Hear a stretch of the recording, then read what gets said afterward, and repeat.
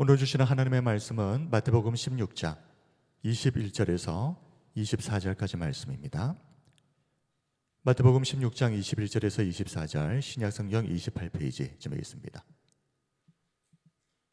하나님의 말씀을 함께 한 목소리로 봉독하겠습니다. 시작.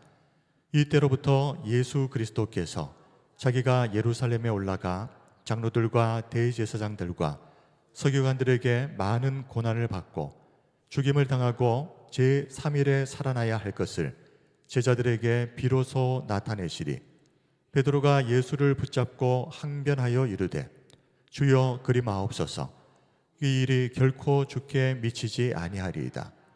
예수께서 돌이키시며 베드로에게 이르시되 사탄아 내 뒤로 물러가라. 너는 나를 넘어지게 하는 자로다.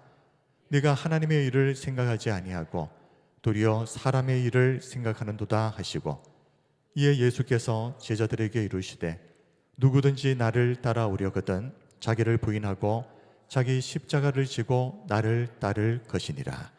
아멘. 2025년 이제 마지막 한 시간을 남겨둔 이 시간 송구영신 예배를 맞아서 2025년 한 해를 마무리하면서 마지막으로 전할 말씀의 제목은 전적 순종을 통해 이루어가는 복된 성도의 삶입니다. 전적 순종을 통해 이루어가는 복된 성도의 삶. 자, 우리 성도님들 올 한 해 복된 성도의 삶을 사셨습니까? 우리는 이 땅에서도 복받는 인생을 다 살기를 원합니다. 그런데 신명기 28장 1절에서 6절까지 말씀을 보면 그 복은 누구에게 주어지는가? 전적으로 하나님의 말씀을 순종하는 자에게 주어진다. 말씀을 한번 보시겠습니다. 네가 네 하나님 여호와의 말씀을 삼가 듣고 내가 오늘 네게 명령하는 그의 모든 명령을 지켜 행하면 네 하나님 여호와께서 너를 세계 모든 민족 위에 뛰어나게 하실 것이라. 네가 네 하나님 여호와의 말씀을 청종하면 이 모든 복이 내게 임하며 내게 이르리니, 자, 어떤 복인지 보십시오. 성읍에서도 복을 받고 들에서도 복을 받을 것이며 내 몸의 자녀와 내 토지의 소산과 내 짐승의 새끼와 소와 양의 새끼가 복을 받을 것이며 내 광주리와 떡 반죽 그릇이 복을 받을 것이며 네가 들어와도 복을 받고 나가도 복을 받을 것이니라. 아멘. 그야말로 전천후 복입니다. 이 엄청난 복이 어떤 사람에게 주어진다고 하십니까? 전적으로 하나님의 말씀을 순종하는 자에게 이 복이 주어진다. 모든 명령을 지켜 행하면, 하나님의 말씀을 청종하면 이 복을 주시겠다고 하나님이 약속하신 것입니다. 자, 전적 순종입니다. 어쩌다 한번 순종하는 것도 어려운 우리에게 전적 순종이라니 마음에 부담이 되기도 하지만, 그러나 한번 생각을 해보십시오. 우리가 살면서 인생이 꼬이고 후회되었던 일들이 다 언제 일어났는가? 과거 어느 날 하나님의 뜻에 순종하지 않고 내 마음대로 내 뜻대로 결정했을 때입니다. 그래서 뒤늦게서야 그때 하나님의 말씀대로 순종할 걸, 그렇게 후회된 적이 어디 우리가 한두 번이었습니까? 그러므로 전적 순종하라라는 이 하나님의 명령은 하나님이 우리에게 어떤 부담을 주시려는 것이 아닙니다. 이 명령은 우리를 가장 좋은 길로 인도하시고자 하는 하나님의 은혜입니다. 왜냐하면 우리는 순종하지 않는 만큼 고생할 것이고 순종하지 않는 만큼 후회할 것이니까 우리의 인생이 후회하지 않는 인생 될 수 있도록 하나님께서 가장 우리를 좋은 길로 인도하시기 위한 하나님의 은혜의 방편이 무엇이라고요? 전적 순종이라는 겁니다. 그런데 전적 순종은 그저 복을 받기 위해서만 필요한 것이 아닙니다. 전적 순종이 얼마나 중요한지 양이라는 동물을 한번 생각해 보십시오. 양은 지독한 근시입니다. 그래서 면비도 앞밖에 보이지 않습니다. 게다가 방향 감각까지 없는 동물입니다. 한번 엉뚱하게 길을 잃어버리면 길을 찾지를 못합니다. 게다가 스스로를 방어할 무기도 없습니다. 그리고 양의 모습을 보시면 알겠지만 몸집은 비대한데 다리가 얇고 가늡니다. 그래서 한번 넘어지면 절대 스스로 일어서지를 못하는 게 양입니다. 근데 고집은 또 얼마나 센지 한 곳에 풀만 뿌리까지 뽑아 먹다가 결국 땅을 황폐하게 만들어 버립니다. 좀 여기도 먹고 저기도 먹고 하면 좋을 텐데 고집스럽게 한 곳만 바른 겁니다. 그런데 다행히 양이 하나 잘하는 게 있다고 말씀드렸습니다. 시력은 나쁘지만 청각이 좋습니다. 그래서 기가 막히게 목자의 음성을 딱 알아듣습니다. 그래서 요한복음 10장 27절에서 예수님께서도 내 양은 내 음성을 들으며 라고 이렇게 말씀하셨지 않습니까? 양은 목자의 음성을 알아듣는다는 겁니다. 자, 그런데 알아듣기만 하면 뭐 하겠습니까? 이런 양이 만약 목자의 말을 음성을 알아듣기는 하는데 가끔 순종한다. 그러면 어떻게 될까요? 지 마음대로 돌아다니다가 구덩이에 빠지거나 낭떠러지에 떨어지거나 그게 아니면 사나운 짐승에게 잡아먹히든지 둘 중 하나입니다. 언제 말입니까? 전적으로 순종하지 않고 가끔 순종할 때.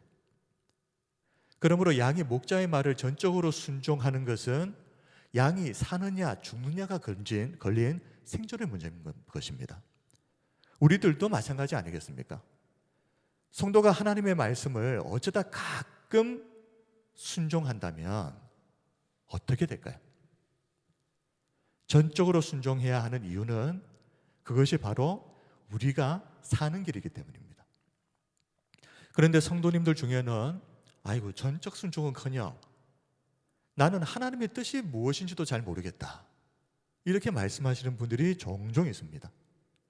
일단 하나님의 뜻이 뭔지 알아야 내가 뭐 전적으로 순종을 하든지 말든지 할 거 아니냐. 그런데 도대체 모르겠다는 겁니다. 그런데 정말 그럴까요? 하나님의 뜻이 그렇게 모호하고 알아차리기 힘든 것이겠습니까? 일단 이 잘못된 선입견부터 깨야 됩니다. 하나님의 말씀이 무슨 의미인지 모르겠다. 하나님의 뜻이 무엇인지 모르겠다. 선입견입니다. 잘못된 선입견입니다. 결론부터 이야기하자면 하나님의 뜻은 절대 모호하거나 애매하지 않습니다. 분명합니다. 다들 성경이 있으시죠? 열심히 읽고 있는 바로 그 성경 안에 하나님의 뜻이 무엇인지 상세하게 다 기록이 되어 있습니다. 그리고 성경뿐만이 아니라 모든 믿는 자 안에 내주하시는 성령님, 이 성령께서 우리에게 하나님의 뜻이 무엇인지를 또 알려주십니다. 성경을 통해서 알 수 있고 또 내 안에 계시는 성령님이 또 알려주신다. 그런데 어떻게 모를 수가 있겠습니까? 사도 요한은 요한일서 2장 20절에서 너희는 거룩하신 자에게서 기름 부음을 받고 모든 것을 이미 알고 있다라고 이야기하고 있습니다.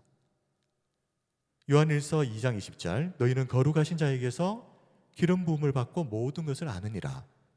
자, 여기서 기름 부음이라고 하는 것은 하나님이 믿는 성도에게 부어주신 성령님입니다. 모든 믿는 성도들에게는 성령이 그 안에 내주하고 계시죠. 그런데 성령님이 어떤 분이라고 성경은 말합니까? 하나님의 가장 깊은 것을 통달하시는 분이다. 하나님의 가장 깊은 뜻을 정확하게 알고 계시는 분. 바로 그 성령께서 우리에게 하나님의 뜻이 무엇인지를 정확하게 알려주시는 겁니다. 심지어 요한일서 2장 27절을 보면 우리가 이렇게 성령의 기름 부으심을 받았다면 사실 우리가 아무도 사람들로부터 가르침을 받을 필요도 없다라고까지 말합니다. 요한일서 2장 27절 너희는 주께 받은 바 기름 부음이 너희 안에 거하나니 성령이 계신다는 거죠. 아무도 너희를 가르칠 필요가 없고 오직 그의 기름 부음이 모든 것을 너희에게 가르치며 또 참되고 거짓이 없으니 너희를 가르치신 그대로 주 안에 거하라. 성령이 우리에게 알려주시는 그대로만 딱 하면 된다는 말입니다. 물론 이 말은 교회에서 성령에 대해서 가르침을 받을 필요가 없다라는 말은 아니죠. 이 말씀은 내 안에 계시는 성령께서 매 순간마다 진리의 말씀을 기억나게 하시고 또 우리에게 하나님의 뜻을 분별할 수 있는 지혜를 주신다. 성령님이 그렇게 하신다. 자, 그렇다면 정리하겠습니다. 지금 우리의 손에 성령이 있고 내 안에 성령께서 내주하신다면, 그렇다면 우리의 진짜 문제는 무엇이겠습니까?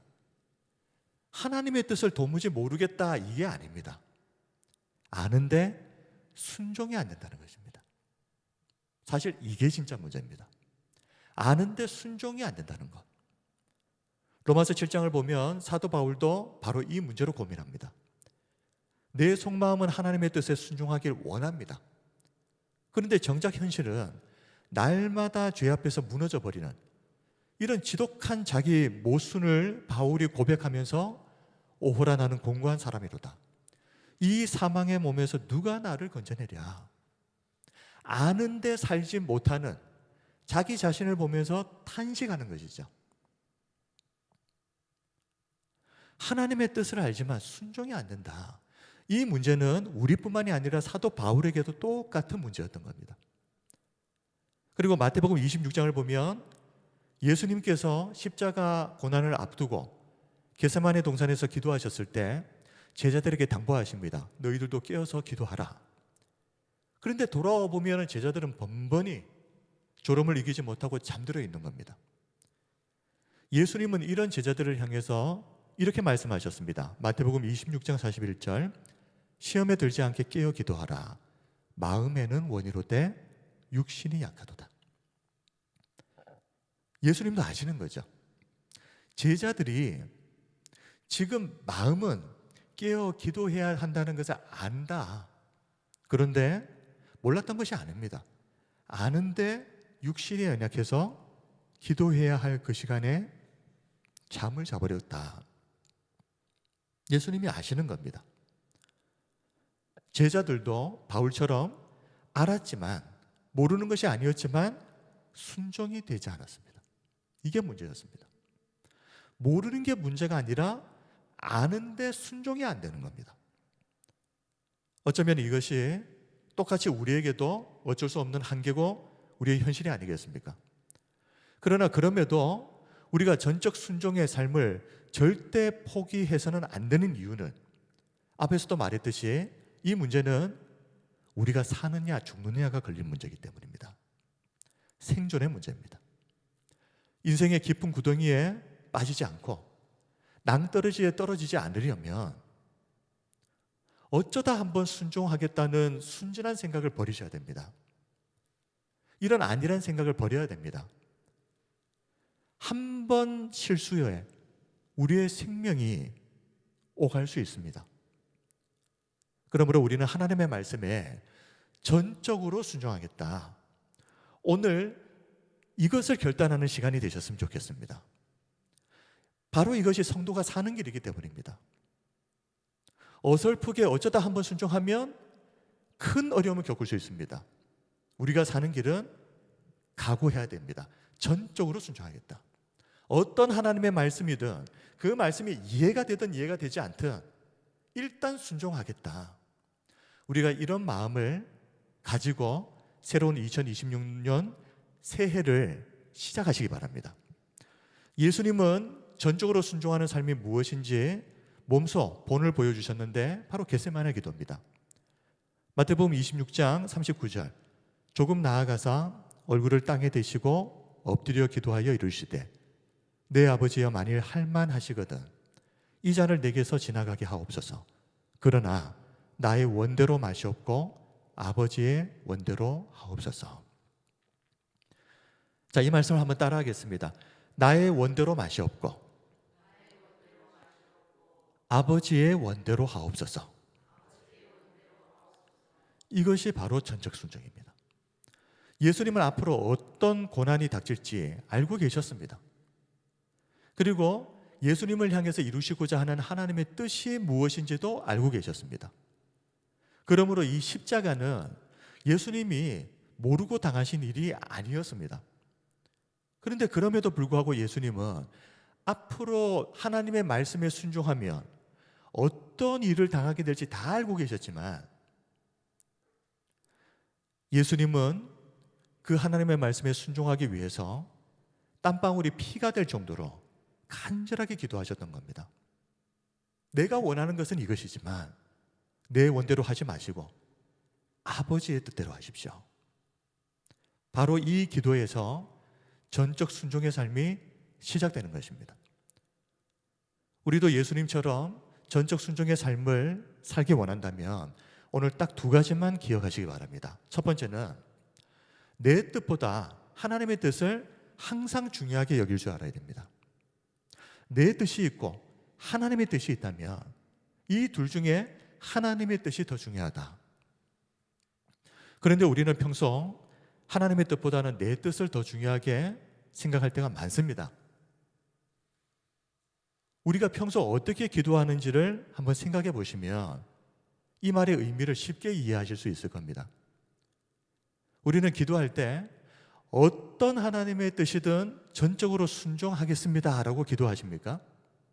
아니면 하나님이 원하시는 것이 무엇인지 알지만 그럼에도 애써 무시하고 애써 모른 척하면서 내가 원하는 것을 달라고 하나님을 설득하기에 바쁘십니까?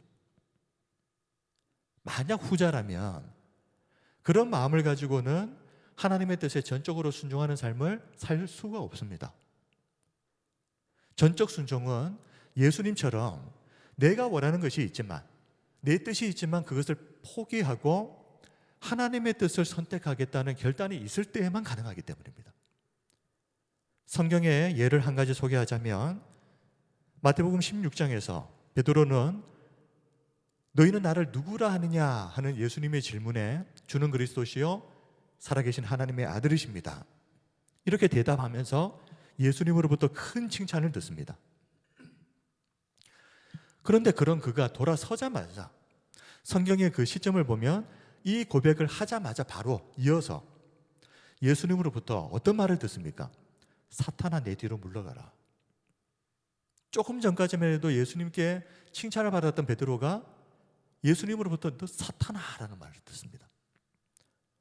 예수님은 베드로의 위대한 신앙 고백이 있은 후에 곧바로 이어서 제자들에게 비로소 처음으로 예루살렘에 예수님이 올라가서 많은 고난을 받고 죽임을 당하고 제3일에 살아나게 될 것에 대해서 말씀을 하셨거든요.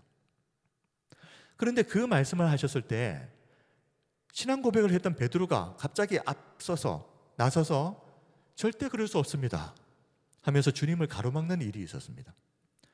마태복음 16장 21절 22절 이때로부터 예수 그리스도께서 자기가 예루살렘에 올라가 장로들과 대제사장들과 서기관들에게 많은 고난을 받고 죽임을 당하고 제3일에 살아나야 할 것을 제자들에게 비로소 나타내시니 베드로가 예수를 붙들고 항변하여 이르되, 항변했다는 것은 마치 선생님이 학생에게 가르치듯이 훈계하듯이 그렇게 했다는 겁니다. 누가요? 베드로가 예수님에게 주여 그리 마옵소서 이 일이 결코 주께 미치지 아니하리이다. 예수님은 이런 베드로를 향해서 사탄아 내 뒤로 물러가라 하고 꾸짖으신 겁니다. 마태복음 16장 23절 예수께서 돌이키시며 베드로에게 이르시되 사탄아 내 뒤로 물러가라 너는 나를 넘어지게 하는 자로다. 네가 하나님의 일을 생각하지 아니하고 도리어 사람의 일을 생각하는도다. 자, 이 말씀을 보면 베드로가 왜 이렇게 어처구니 없는 행동을 했는지 알 수가 있습니다. 네가 하나님의 일을 생각하지 아니하고 도리어 사람의 일을 생각하는도다. 베드로는 하나님의 일보다 사람의 일을 생각했던 겁니다. 하나님의 일보다 사람의 일을 더 중요하게 여겼단 말입니다. 우리가 하나님의 말씀에 전적으로 순종하지 않는 이유는 똑같습니다. 하나님의 일보다 사람의 일을 더 중요하게 여기기 때문입니다. 정말 예수님처럼 전적 순종의 삶을 살기 원하신다면 항상 내 뜻과 하나님의 뜻이 있을 때 내 뜻보다 하나님의 뜻이 더 중요하다는 것을 인정하고 받아들이고 하나님의 뜻을 선택하는 그런 성도들이 되시길 바랍니다. 자, 전적 순종의 삶을 살기 위해서 두 번째 우리가 명심해야 될 건 좀 부담스러우실 수도 있겠지만 한번 따라하겠습니다. 죽기를 각오해야 한다. 전적 순종 이야기하다가 지금 갑자기 죽기를 각오하라 이런 말을 하니까, 아니 하나님 말씀에 전적 순종하기 위해서 목숨까지 걸어야 되는가? 그렇습니다. 전적으로 순종하려면 목숨까지 걸어야 그게 가능합니다. 이 정도의 결단이 없이는 우리는 아무리 말로는 전적 순종의 삶을 살고 싶다고 말해도 실제로는 그런 삶을 살 수가 없습니다. 다시 말하지만 우리가 하나님의 말씀에 전적으로 순종하지 못하는 이유는 순종의 목숨까지는 걸지 않기 때문입니다. 히브리서 12장 4절을 보면 우리가 자꾸 죄의 문제에 넘어지는 이유가 무엇이냐? 죄와 싸우기는 싸우는데 목숨을 걸고 피 흘리기까지는 싸우지 않기 때문이라고 말씀합니다. 히브리서 12장 4절을 보십시오. 너희가 죄와 싸우기는 싸우죠. 그런데요, 아직 피 흘리기까지는 대항하지 아니하고, 죄와 싸우기는 싸우는데 그 죄와 이기기 위해서 목숨을 걸지는 않기 때문에 매 번마다 죄에 무너진다는 말입니다. 안 싸워서가 아닙니다. 목숨까지는 걸지 않았기 때문에. 마찬가지로 전적으로 순종하지 못하는 이유도 똑같습니다. 이 순종에 우리의 목숨까지는 걸지 않기 때문입니다. 그래서 항상 내 생명이 지장이 없는 선에서, 내 평온한 일상을 위협받지 않는 선에서 우리는 하나님의 말씀에 순종을 할지 안 할지를 결정을 하는 겁니다. 이런 생각을 하고 있다면 우리는 애시당초 전적 순종을 할 수 없는 사람들인 것이죠. 사도 바울이 항상 하나님의 말씀에 전적으로 순종하는 삶을 살 수 있었던 비결은 다른 것이 아닙니다. 바울은 바로 순종의 목숨을 걸었기 때문입니다. 사도행전 20장을 보면 당시 바울은 성령에 매여 하나님이 주신 사명을 완수하기 위해 예루살렘으로 올라가고자 했습니다.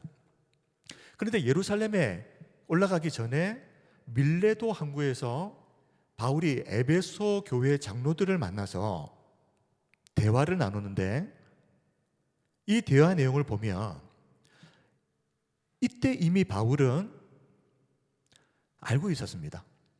예루살렘에 올라가면 자신이 큰 환난을 당하게 된다. 그리고 살아서는 다시 이 에베소 교회 장로들을 만날 수 없다 하는 것을 이미 알고 있었습니다. 성령께서 알려주신 겁니다. 사도행전 20장 22절에서 25절, 보라 이제 나는 성령에 매여 예루살렘으로 가는데 거기서 무슨 일을 당하는지 알지 못하노라.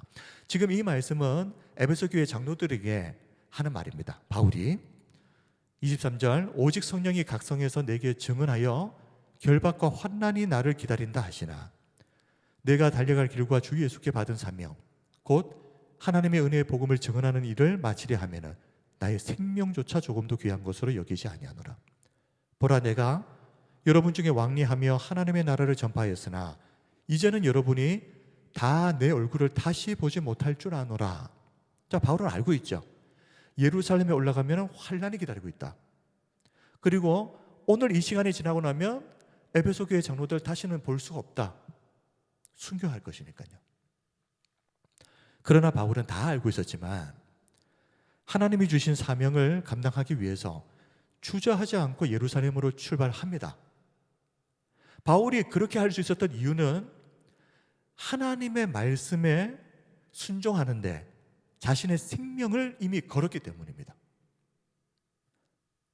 생명을 걸지 않았다면 순종하지 못할 하나님의 명령이었죠. 그런데 예루살렘으로 가는 길에 사람들을 만나게 되는데 두로에서 한 제자들의 무리를 만나는데 이 제자들이 바울에게 뭐라고 말하는가 보시면 예루살렘에 들어가지 말라. 만류를 합니다. 사도행전 21장 4절, 제자들을 찾아 거기서 이래를 머물더니 그 제자들이 성령의 감동으로 바울더러 예루살렘에 들어가지 말라 하더라. 자, 그리고 두로를 지나서 가이사랴에 도착을 했을 때, 그때 가이사랴에 전도자 빌립이라고 하는 사람의 집에 바울이 묵고 있었습니다. 그때 아가보라고 하는 선지자가 바울을 찾아왔습니다. 그런데 이 아가보는 바울의 띠를 가져다가 자기 수족을 잡아매면서 이렇게 권하는 겁니다. 사도행전 21장 10절에서 12절, 여러 날 머물러 있더니 아가보라 하는 한 선지자가 유대로부터 내려와 우리에게 와서 바울의 띠를 가져다가 자기 수족을 잡아매고 말하기를, 성령이 말씀하시되, 지금 아가보 선지자는 자기 말을 전하는 게 아닙니다. 성령이 말씀하시되, 예루살렘에서 유대인들이 이같이 이 띠 임자를 결박하여 이방인의 손에 넘겨주리라 하거늘 우리가 그 말을 듣고 그곳 사람들과 더불어 바울에게 예루살렘으로 올라가지 말라 권하니. 아가보 선지자도 성령의 감동을 받아서 바울이 지금 예루살렘에 가면 어떤 일을 당하게 되는지를 알게 된 겁니다. 그래서 말린 겁니다. 그런데 이상하지 않습니까? 하나님의 성령께서 바울 그리고 두로의 제자들과 아가보 선지자에게 똑같은 것을 보여주셨습니다. 그런데 두로의 제자들과 아가보 선지자는 똑같은 것을 보았는데, 똑같은 것을 들었는데 그것을 어떻게 해석합니까? 하나님의 가지 말라는 사인으로 해석을 해버립니다. 그런데 바울은 똑같은 것을 듣고 보았는데 하나님이 가라고 하는 사인으로 본 겁니다. 해석을 한 겁니다. 희한하지 않습니까? 왜냐하면 바울도 성령 충만한 사람이었지만 두로의 제자들 그리고 바울을 찾아왔던 아가보 선지자도 성령으로 충만한 사람이었거든요. 그런데 어떻게 이런 사람들이 똑같은 일을 두고 해석이 완전히 반대가 될 수 있느냐는 거죠. 왜 이런 해석의 차이가 발생한 것일까? 이것은 딱 하나 때문입니다. 죽음을 각오했느냐 하지 않았느냐의 차이입니다. 바울은 하나님의 말씀에 순종하기 위해서 죽음까지도 이미 각오한 상황이었기 때문에 하나님의 말씀을 바르게 해석할 수 있었습니다. 그런데 두로의 제자들과 아가보 선지자는 어땠다는 겁니까? 목숨까지 걸 정도로 순종을 생각해 본 적이 없었다는 것이죠. 그러니 해석이 달라져 버리는 겁니다. 다시 말하면 바울이 하나님의 뜻에 대해 바르게 해석할 수 있었던 것은 그가 이미 죽음까지도 각오하고 있었기 때문이다. 사도행전 21장 13절 말씀을 보면 바울이 대답하되, 여러분이 어찌하여 울어 내 마음을 상하게 하느냐? 나는 주 예수의 이름을 위하여 결박당할 뿐만 아니라 예루살렘에서 죽을 것도 각오하였노라. 만약 바울이 죽기를 각오하지 않았다면 어떻게 되었겠습니까? 두로의 제자들 또 아가보 선지자처럼 똑같은 결론을 내렸을 겁니다. 똑같이 해석을 했을 겁니다. 일단 사는 것에서 답을 찾으려고 하니까, 그러면 가라는 하나님의 신호를 가지 말라는 신호로 해석을 해버리는 겁니다. 이 차이를 아시겠습니까? 똑같은 하나님의 말씀이 주어졌지만 어떤 사람은 하나님의 말씀에 목숨을 걸기로 결단을 했고 어떤 사람은 목숨을 거는 것까지는 생각하지 않았습니다. 그런데 그 차이 때문에 똑같은 말씀에 대한 해석이 달라져 버린다는 겁니다. 바울은 이미 죽음을 각오한 사람이었기 때문에 하나님이 주시는 그 말씀, 하나님이 보여주신 것에 어떠한 사사로운 생각, 이견을 개입시키지 않고 정말 있는 그대로 순수하게 하나님의 말씀을 이해하고 또 그래서 정확하게 해석할 수 있었던 겁니다. 이것이 있었기 때문에 바울은 전적으로 순종할 수 있었다. 사랑하는 성도 여러분, 정말 전적으로 하나님의 뜻에 순종하는 그런 삶을 살기 원하신다면 순종에 목숨을 거셔야 됩니다. 무엇을 걸었느냐가 순종의 범위를 결정합니다. 우리는 내가 무엇을 거느냐에 따라서 우리의 순종의 범위가 결정이 되는 겁니다. 어설픈 결단과 각오로는 절대 전적 순종의 삶을 살 수 없습니다. 어떻게 해요? 목숨을 걸어야 이게 가능하다는 겁니다. 살면서 하나님의 뜻에 순종하기 위해서 내 목숨 한번 걸어보신 적이 있습니까? 만약 없다면 이제 그런 삶을 한번 살아봐야 되지 않겠습니까? 우리가 하나님의 어떤 말씀이든 순종하기로 목숨까지 걸고 결단할 때 그때부터 비로소 우리는 하나님의 말씀을 바르게 해석하게 될 겁니다. 그리고 어떤 말씀에도 순종할 수 있는 삶을 살게 될 줄 믿습니다. 말씀을 정리하겠습니다. 올해 마지막 이 날을 맞아서 전적 순종을 통해 이루어지는 복된 성도의 삶이라는 제목으로 하나님의 말씀을 전했습니다. 개인적으로 올 한 해를 돌아보면 왜 그 말씀에 전적으로 순종하지 못했을까 하고 후회되는 일들이 몇 가지가 있습니다. 왜 그랬을까? 모두 하나님의 뜻보다는 내 생각을 앞세우다가 일어난 일들이었습니다. 그리고 하나님의 뜻을 나름 순종한다고는 했지만 목숨까지는 걸지 않았기 때문이었습니다. 우리 성도님들은 어떻습니까? 우리 한 해를 한번 잘 돌아봐야 됩니다. 왜냐하면 올 한 해를 잘 결산을 해야 새로운 한 해를 제대로 시작할 수 있으니까요.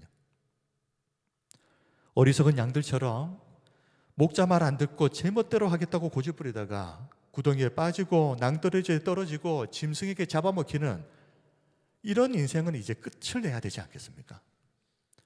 사랑하는 성도 여러분, 새로운 2026년은 나는 죽고 예수님이 사시는 그런 인생이 되어서 어떤 말씀에도 전적으로 순종하는 그런 삶을 우리 다 함께 한번 살아보았으면 좋겠습니다. 그러면 우리가 그렇게 하나님의 말씀에 우리의 목숨을 걸고 하나님의 뜻이 나의 뜻보다 더 중요하다고 인정하고 그렇게 전적으로 순종하는 삶을 살면 앞에서 말씀드린 것처럼 신명기 28장에서 약속하신 대로 성읍에서도 복을 받고 들에서도 복을 받고 우리의 자녀와 토지의 소산과 짐승의 새끼와 광주리와 떡 반죽에 복을 받으며 들어와도 복을 받고 나가도 복을 받는 그야말로 전천후 복의 은혜를 하나님께서 반드시 우리에게 누리게 하실 줄 믿습니다. 이 은혜가 있으시기를 주님의 이름으로 축원드립니다. 우리 마지막으로 잠언 3장 5절 6절 말씀을 함께 읽고 말씀을 마칩니다. 시작. 너는 마음을 다하여 여호와를 신뢰하고 내 명철을 의지하지 말라. 너는 범사의 그를 인정하라. 그리하면 내 길을 지도하시리라. 아멘. 우리 하나님께 찬양하겠습니다.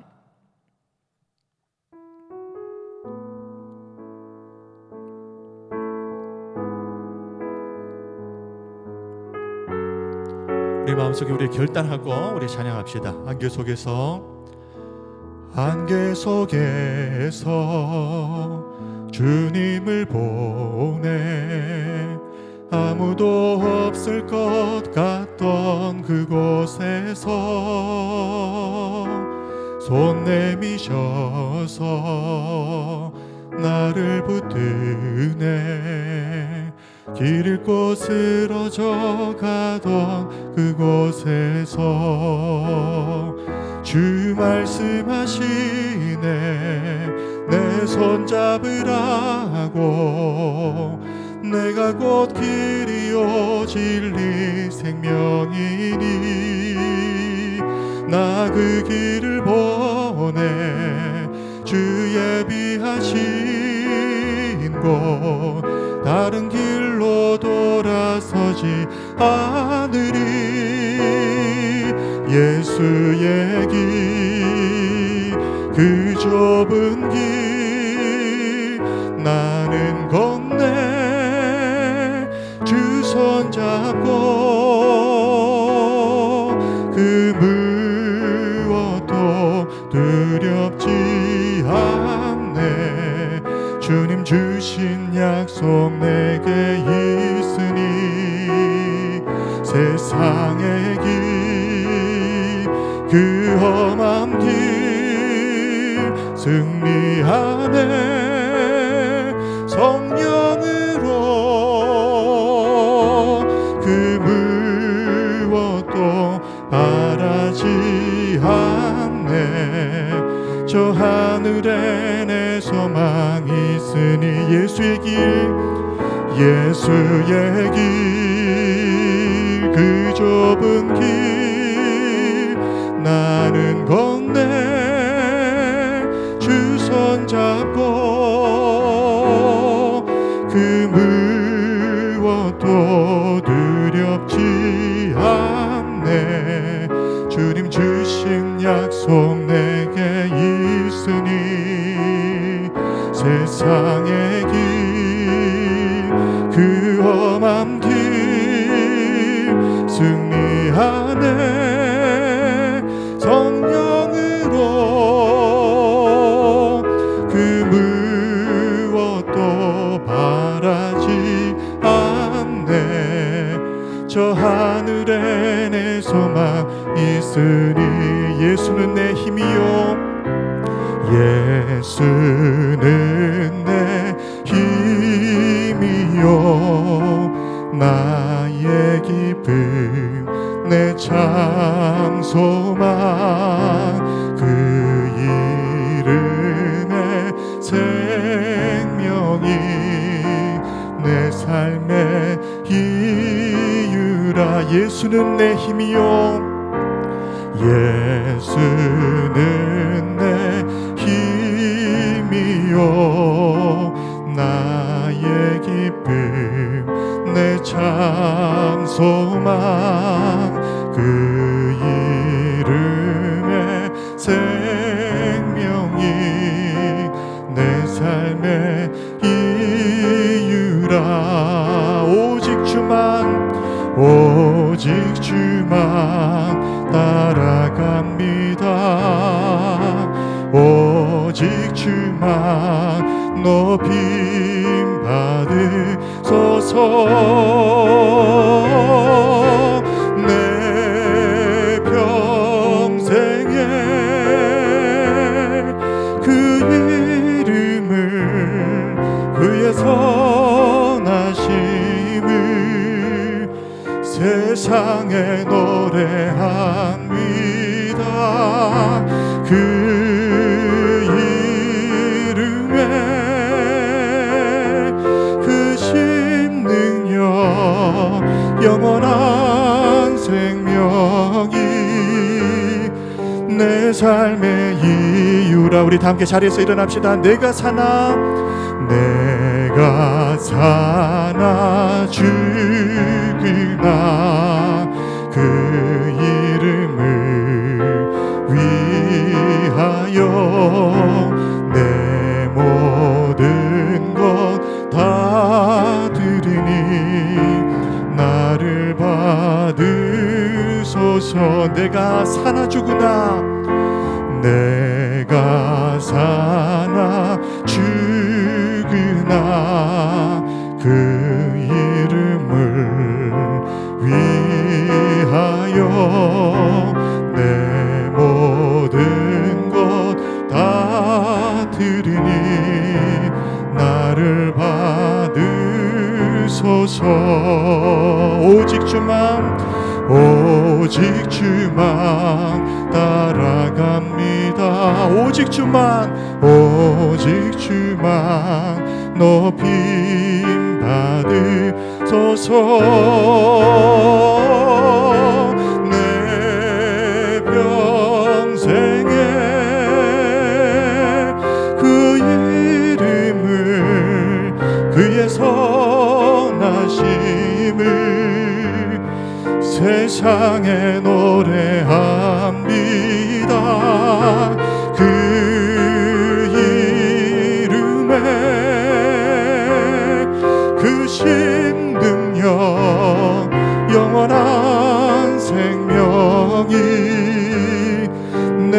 삶의 이유라. 내 평생에 그 이름을, 내 평생에 그 이름을, 그의 선하심을 세상에